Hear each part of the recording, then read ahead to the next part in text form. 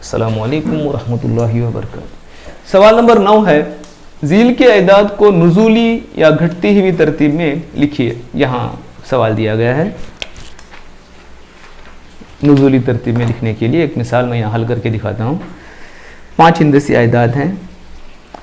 अदाद कुछ इस तरह से हैं: 32,200, 46,400, 14,850, 48,999।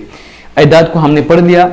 अब हम देखेंगे नुज़ूली तरतीब में लिखने के लिए सबसे बड़ा पहले लिखते हैं, बड़े से छोटा, बाएं से दाईं तरफ लिखते हैं, बड़े से छोटा लिखते चले जाते हैं। बड़ा छोटा देखने के लिए हम अदद का सबसे बड़ा मकाम, यहाँ सब में देखिए 10,000 है, 10,000 है, 10,000 है, 10,000 है, सब में 10,000 मकाम दिया गया है। 10,000 के मकाम पर 1, 10,000 के मकाम पर 3, 10,000 के मकाम पर 4, 10,000 के मकाम पर 4। इन दोनों से ये दो बड़े अदाद हैं। इनमें दोनों में 10,000 का मकाम बराबर रहने की वजह से हम उसका अगला मकाम देखेंगे।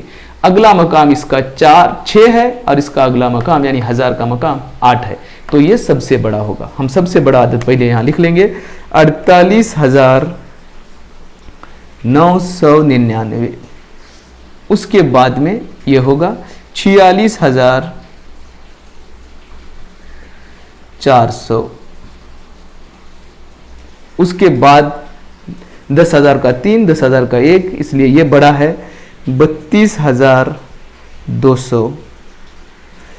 और उसके बाद आखिर में है 14,800।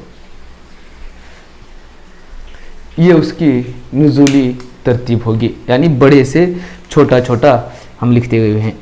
मुझे सामने लिखने के लिए जगह न होने की वजह से मैं नीचे लिखा हूँ, आप अपनी कॉपी में इसको सामने ही लिखकर पूरा करेंगे। अस्सलामु अलैकुम वरहमतुल्लाहि वबरकातुहू।